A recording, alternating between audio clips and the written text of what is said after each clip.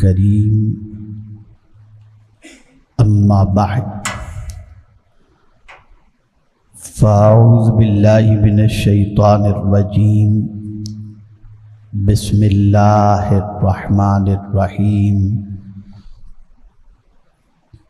قال النبي صلى الله تعالى عليه وسلم الطهور نصف الإيمان صدق رسول الله صلى الله تعالى عليه وسلم الصلاة والسلام عليك يا رسول الله الصلاة والسلام عليك يا حبيب الله الصلاة والسلام عليك يا نبي الله الصلاة والسلام عليك يا نور الله وعلى آلك وأصحابك يا حبيب الله صلى الله تعالى عليك وسلم۔ میرے پیارے آقا صلی اللہ تعالی علیہ وسلم کے پیارے دیوانوں، مسلسل ایمانیات کے سلسلے میں آپ گفتگو کو سماعت فرماتے ہیں۔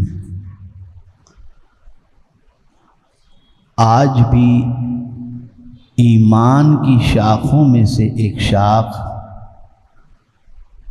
جسے رسول گرامی وقار صلی اللہ علیہ وسلم نے ارشاد فرمایا وہ ہے پاکیزگی، پاک رہنا۔ آقا کریم صلی اللہ علیہ وسلم پاکیزگی کو آدھا ایمان بتاتے ہیں، اور آپ دیکھیں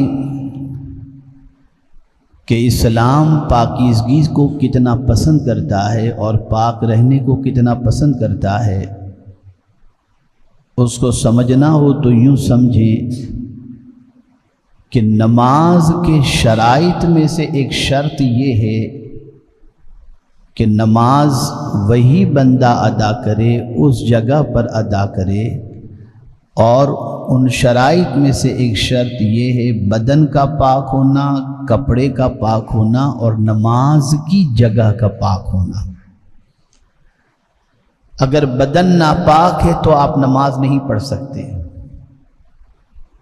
کپڑا ناپاک ہے تو آپ کی نماز نہیں ہوگی، اور جس جگہ پر آپ نماز ادا کرتے ہیں وہ جگہ بھی اگر ناپاک ہے تو آپ کی نماز نہیں ہوگی۔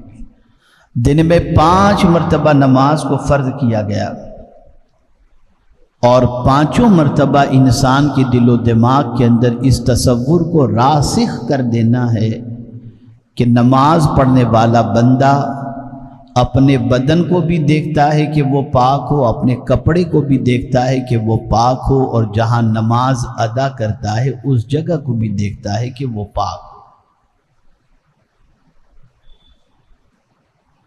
اللہ رب العزت جل جلالہ نے کچھ کام ایسے بتائیں کہ اگر وہ کام کوئی بندہ کرے تو اللہ رب العزت اس بندے سے محبت فرماتا ہے۔ اس سے بڑی سعادت کیا ہوگی کہ مالک خود اپنے بندے سے محبت فرمائے، اور یہی وجہ ہے کہ جتنے بھی اللہ کے نیک بندے رہے ان کی ایک سوچ آپ کی سماعتوں کے حوالے کر دوں کہ وہ ہمیشہ ایسے اوصاف اپناتے جس سے اللہ محبت کرے، اور ہم ایسی چیزیں اپناتے ہیں جس سے انسان محبت کرے۔ آج کا کوئی شخص کالج اور یونیورسٹی میں زیور علم سے آراستہ ہونے جاتا ہے تو یورینل جہاں پر موجود ہوتے ہیں کھڑے کھڑے پیشاب کر لیتا ہے، دیکھا دیکھی اس طریقے پر عمل کرتا ہے اور سوچتا ہے کہ بیٹھ کر کروں گا تو پتہ نہیں لوگ کیا سوچیں گے۔ اور بہت سارے نوجوانوں کو جب نماز کے وقت یہ کہا جاتا ہے نماز پڑھ لو، ہم ناپاک ہیں، یہ جواب ملتا ہے۔ تو اگر کوئی بندہ پاک رہنے کو پسند کرتا ہے اور پاکیزگی کو پسند کرتا ہے تو یہ اس کی پسند وہ ہے کہ پاک رہنے والے سے خود اللہ بھی محبت فرماتا ہے، اللہ بھی محبت فرماتا ہے۔ میں پورے چیلنج کے ساتھ کہتا ہوں، حضور صلی اللہ تعالی علیہ وسلم کے کپڑوں کے اندر کبھی کوئی داغ ثابت نہیں کر سکتا۔ حضور صلی اللہ علیہ وسلم کا گھر ہمیشہ صاف رہا کرتا، حضور صلی اللہ علیہ وسلم کے برتن ہمیشہ صاف رہا کرتے۔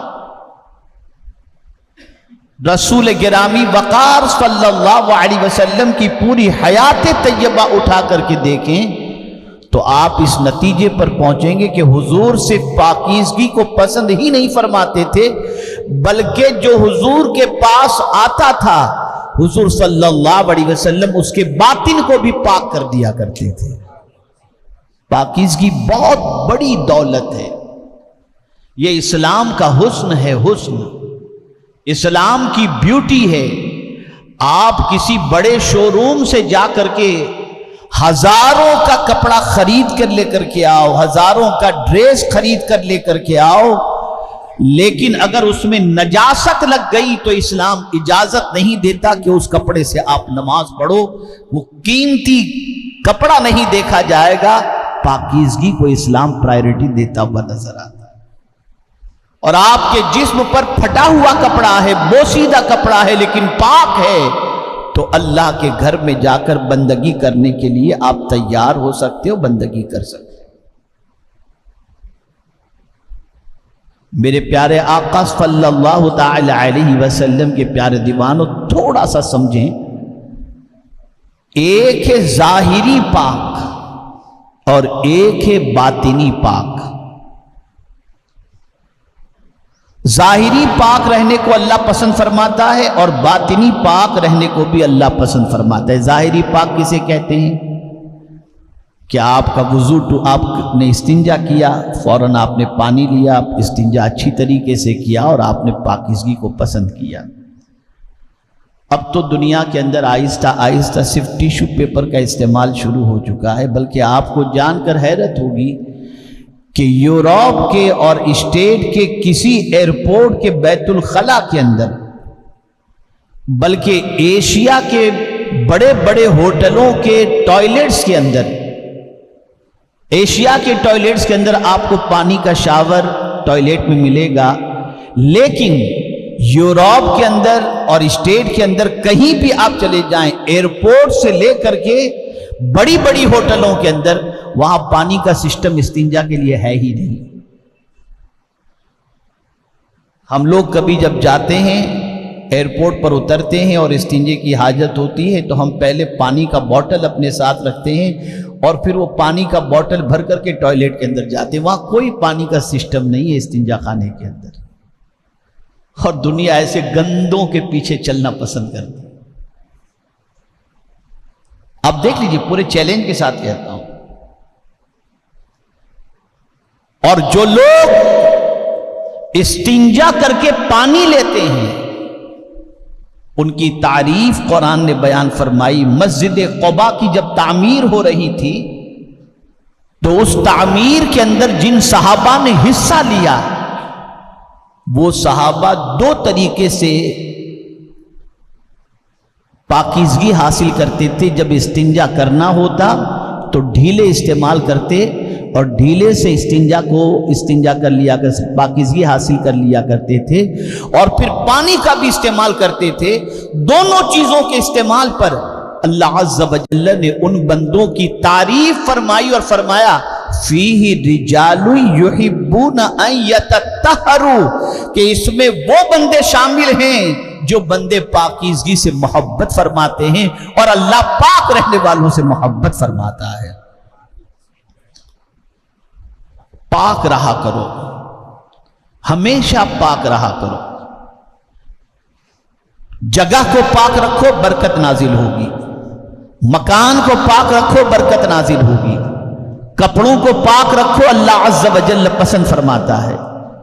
تو ایک ہے ظاہری پاک کہ بدن پر نجاست لگی ہو آپ نے اسے صاف کر دیا، استنجا کیا آپ نے اس کو اچھی طریقے سے جو ہے وہ پانی وغیرہ لیا اور ساری چیز اچھی طریقے سے آپ پاک رہے، یہ ہوئی ظاہری طہارت۔ امام غزالی رحمت اللہ تعالی علیہ نے پاکیزگی کے 4 درجے بیان فرمائے ہیں۔ ایک ہے ظاہری پاک،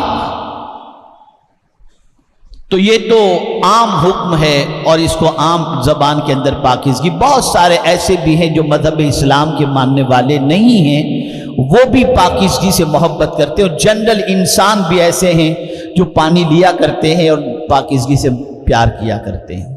یہ ایک عام ظاہری پاکیزگی کے حوالے سے۔ ایک ہے ظاہری پاکیزگی بھی اور گناہ سے بچنا بھی، کہ گناہ بھی ناپاک چیز ہے، اور یہ نہ سمجھا جائے کہ گناہ میں بدبو نہیں ہوتی۔ آپ سوچیں گے کہ نجاست میں بدبو ہوتی ہے، گناہ میں بدبو نہیں ہوتی۔ میں حدیث کی روشنی میں سمجھاؤں، گناہ میں بھی بدبو ہوتی ہے۔ آقا کریم صلی اللہ علیہ وسلم ارشاد فرماتے ہیں کہ جب کوئی جھوٹ بولتا ہے تو اس کے منہ سے نکلنے والی بدبو سے 40 میل تک فرشتے دور چلے جایا کرتے ہیں، یعنی اس کے منہ سے اتنی بدبو آتی ہے۔ تو اعمال کے اندر بھی خوشبو ہے اور اعمال کے اندر بدبو بھی ہے۔ تو وہ بندہ جو صرف ظاہری پاکیزگی پر خیال کرتا ہے وہ تو ٹھیک ہے، عام انسان ہے۔ دوسرا وہ بندہ جو ظاہر کو بھی پاک رکھتا ہے اور باطن کو بھی پاک رکھتا ہے، یعنی گناہوں سے اپنے آپ کو بچاتا ہے کہ گناہ کے اندر بھی ناپاکی ہے، یہ مسلمان کی پاکیزگی ہوتی ہے کہ مسلمان جہاں پانی لے کر استنجا کرتا ہے وہیں پر وہ مسلمان گناہوں سے بھی اپنے آپ کو بچاتا ہے۔ یہ ایک مسلمان کی پوزیشن ہوئی۔ اب اس سے تھوڑا سا آگے کا درجہ ہے تیسری پاکیزگی، اور وہ یہ ہے کہ ظاہر کو بھی پاک رکھتا ہے اور باطن کو بھی پاک رکھتا ہے۔ ایک ہے دل کا پاک ہونا، ایک ہے ظاہری جسم کا پاک ہونا۔ دل کا پاک ہونے سے مراد کیا ہے؟ تو اب سنیے حضرت انس رضی اللہ تعالیٰ عنہ کی ایک حدیث۔ حضرت انس رضی اللہ المولا تبارک و تعالی عنہ ارشاد فرماتے ہیں کہ آقا کریم صلی اللہ تعالی علیہ وسلم نے ارشاد فرمایا، اے انس تم سے ہو سکے تو صبح اس حال میں کرو کہ تمہارے سینے میں کسی مومن کے لیے کینہ نہ ہو، اور اے انس یہ میری سنت ہے، اور جس نے میری سنت سے محبت کی اس نے مجھ سے محبت کی، اور جس نے مجھ سے محبت کی وہ جنت میں میرے ساتھ ہوگا۔ یہ ہے باطن کا پاک، اور یہ اولیاء کرام کی شان ہوتی ہے۔ اولیاء کرام کا باطن بڑا پاک ہوتا ہے، ان کے دل میں کسی مومن کے لیے کینہ نہیں ہوتا، بلکہ وہ حضور کی سنت کے عامل ہوتے ہیں کہ گالیاں سن کر کے بھی سامنے والے کو دعاؤں سے نوازتے نظر آتے ہیں۔ یہ اللہ والوں کی شان۔ اور چوتھی پاکیزگی یہ صرف انبیاء کی شان ہے، اور بہت اونچی قسم کی پاکیزگی ہے کہ ظاہر تو ان کا پاک ہوتا ہے اور دل کے اندر اللہ کے علاوہ کسی اور کی محبت نہیں ہوتی۔ ساری محبتوں کو نکال کر باہر پھینک دیتے ہیں، اللہ کی محبت اور جن سے اللہ نے محبت کے بارے میں فرمایا اس کے علاوہ کسی کی محبت نہیں ہوتی۔ یہ انبیاء کی شان ہے، ان کا دل اتنا پاک ہوتا ہے۔ اب تھوڑا سا آگے بڑھوں، ظاہر اور باطن دونوں پاکیزگی کے حوالے سے تھوڑا سا سمجھا دوں،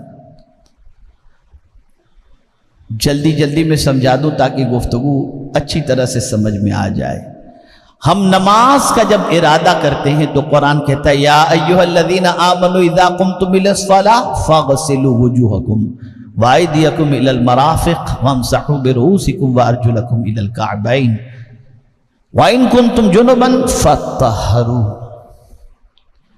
اے ایمان والو، جب تم نماز کا ارادہ کرو تو اپنے چہرے کو دھو، ہاتھ کو کونیوں سمیت دھو، مسا کرو اور پیر دھو۔ یا اللہ، اگر ہم یہ عمل کرتے ہیں، ان اعضاء کو دھوتے ہیں، تو اس کا فائدہ کیا ہوگا؟ تو اس کی تشریح میرے آقا صلی اللہ علیہ وسلم نے فرمائی، جب کوئی چہرہ دھوتا ہے تو اللہ چہرے کے گناہوں کو معاف فرما دیتا ہے، جب کوئی کلی کرتا ہے اللہ منہ کے گناہوں کو معاف فرما دیتا ہے، جب کوئی مسح کرتا ہے اللہ گردن کے سر کے گناہوں کو معاف فرما دیتا ہے، اور جب کوئی پیر دھوتا ہے تو اللہ تعالیٰ اس کے پیر کے گناہوں کو معاف فرما دیتا ہے، اور اگر کوئی شخص وضو سے پہلے بسم اللہ پڑھ لے تو اللہ اس کے پورے جسم کے گناہوں کو معاف فرما دیتا ہے۔ اب یہاں تو ہم آتے ہیں دھڑ دھڑ دھڑ دھڑ، ہم نے شروع کر دیا اور بس وضو کے چلے آئے۔ آپ نہیں جانتے کہ یہ وضو کتنی عظیم چیز ہے۔ ایک حدیث شریف میں آقا کریم صلی اللہ علیہ وسلم نے ارشاد فرمایا، جو شخص وضو کے بعد کلمہ شہادت پڑھے، اشہد ان لا الہ الا اللہ وحدہ لا شریک لہ واشہد ان محمدا عبدہ ورسولہ، اور پڑھے اللہم اجعلنی من التوابین واجعلنی من المتطہرین، سرکار فرماتے ہیں اللہ اس کے لیے جنت کے 8 دروازے کھول دیتا ہے۔ یہ ہے پاکیزگی کی محبت، 8 دروازے جنت کے کھول دیے جاتے ہیں۔ اور اگر کوئی شخص وضو کی حالت میں اپنی زندگی گزارتا ہو، اب ایک حدیث شریف سماعت فرمائیں تاکہ وضو میں رہنے کی عظمت سمجھ میں آئے۔ ایک صحابی بارگاہ رسول صلی اللہ علیہ وسلم میں حاضر ہوئے اور عرض کیا، یا رسول اللہ صلی اللہ تعالی علیہ وسلم، دعا فرمائیں اللہ مجھے شہادت کا مرتبہ عطا فرمائے۔ آقا کریم صلی اللہ علیہ وسلم نے ان کی عمر دیکھی تو عمر کے اعتبار سے اتنے ضعیف تھے کہ میدان جنگ میں جا کر کے شہادت کا مرتبہ نہیں پا سکتے، تو سرکار صلی اللہ علیہ وسلم نے انہیں فرمایا، رات کو جب سویا کرو تو باوضو سویا کرو۔ وہ صحابی رات کو سوتے وقت وضو کر کے سوئے، ایک رات وضو کر کے سوئے تو سوتے ہی رہ گئے اور ان کے جسم سے روح پرواز کر گئی۔ صبح سرکار کو اطلاع دی گئی فلاں صحابی کا وصال ہو گیا۔ سرکار نے فرمایا جس کا انتقال وضو کی حالت میں ہو اللہ اسے شہادت کا مرتبہ عطا فرماتا ہے۔ یہ وضو، یہ ہے ظاہری طہارت۔ اب باطنی طہارت آپ سوچئے، اللہ اکبر اللہ اکبر۔ حضرت حسن بصری رضی اللہ تعالیٰ عنہ اذان جب ہوتی اور مسجد کی طرف جانے کے لیے جب تیار ہوتے تو کانپتے تھے۔ لوگ پوچھتے تھے حضور جب مسجد کی طرف آپ کے جانے کا وقت آتا ہے تو آپ کانپتے کیوں ہیں؟ تو ارشاد فرماتے یہ بتاؤ ناپاک آدمی مسجد میں جا سکتا ہے؟ لوگوں نے کہا نہیں، کہ میں ظاہری بدن کے اعتبار سے تو پاک ہوں، لیکن تم پوچھ رہے ہو کہ میں کیوں کانپتا ہوں تو وجہ سن لو۔ ظاہری پاکیزگی کو انسان دیکھتا ہے اور دل کی پاکیزگی کو اللہ دیکھتا ہے۔ میں ڈرتا اس لیے ہوں کہ کہیں میرے دل کے اندر کوئی ایسی چیز تو نہیں ہے جس کی وجہ سے میرا دل ناپاک ہو گیا ہو، تو ظاہری پاکیزگی کے ساتھ تو مسجد میں جا رہا ہوں، ڈر رہا ہوں کہ باطن کہیں ناپاک تو نہیں جس پر اللہ کی نظر ہو، اس لیے میں کانپتا ہوں۔ یہاں سے یہ بات سمجھ میں آئی کہ ہمارے لیے صرف ظاہری پاکیزگی ہی ضروری نہیں ہے، باطن کی پاکیزگی بھی ضروری ہے۔ اس کو ایک مثال کے ذریعے سمجھاؤں تو بات اچھی طرح سے سمجھ میں آئے گی۔ آپ قیمتی لباس پہن کر گھر سے نکلے کسی شادی کی تقریب کے اندر اور سڈنلی کوئی نجاست، کوئی چیکڑ، کوئی ایسی چیز آپ کے کپڑے سے آ کر کے لگی اور کپڑا ناپاک ہوا، کپڑا گندا ہو گیا۔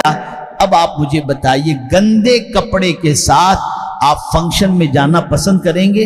نہیں، بلکہ آپ کے اندر ایک بے چینی ہوگی، بے قراری ہوگی کہ یار لوگ اس کپڑے کو دیکھیں گے تو کیا کہیں گے، لوگ کیا سوچیں گے، یہ تصور ہوتا ہے۔ آپ جلدی سے اس کی صفائی کا خیال کریں گے یا کپڑے کو بدلنے کا خیال کریں گے؟ تو دنیا جس ناپاکی کو دیکھتی ہے اس کی وجہ سے تمہاری طبیعت بے چین ہو جاتی ہے، اور یہ دل میں جو گناہوں کی محبت، نفرت، کینہ، بغض اور یہ ساری برائیاں جو دل کے اندر ہیں، ان دل کی بیماریوں اور ناپاکی کی وجہ سے ہمارا دل بھی بے قرار ہے، بے چین ہے، اور اللہ عز و جل اس دل کی گندگی کو پسند نہیں فرماتا۔ بس ایک شعر عرض کر کے میں اپنی گفتگو کو ختم کرتا ہوں۔ اعلیٰ حضرت عظیم البرکت امام عشق و محبت نے اسی لیے شان رسالت مآب صلی اللہ علیہ وسلم میں عرض کیا، تو جو چاہے تو ابھی میل میرے دل کے دھلے ہیں، یعنی یا رسول اللہ آپ مزکی ہیں، اگر آپ چاہیں ایک نگاہ کرم فرما دیں تو میرے دل کا میل دھل جائے۔ تو جو چاہے تو ابھی میل میرے دل کے دھلیں، کہ خدا دل نہیں کرتا کبھی میلا تیرا۔ یا رسول اللہ آپ کا دل تو پاک ہی ہے، آپ اگر نظر کرم کر دیں گے تو ہمارا دل بھی پاک ہو جائے گا۔ تو ظاہر بھی پاک رکھو اور باطن کو بھی پاک رکھو، اور کوشش کرو ہمیشہ باوضو رہنے کی، کہ یہ ایسا قلعہ ہے جو ہمیشہ باوضو رہتا ہے، اللہ تعالیٰ اس کی حفاظت کا انتظام کر دیا کرتا ہے۔ اللہ تعالیٰ مجھے آپ کو سب کو پاکیزگی سے محبت کرنے اور پاکیزگی کو اختیار کرنے کی توفیق نصیب فرمائے۔ وما علینا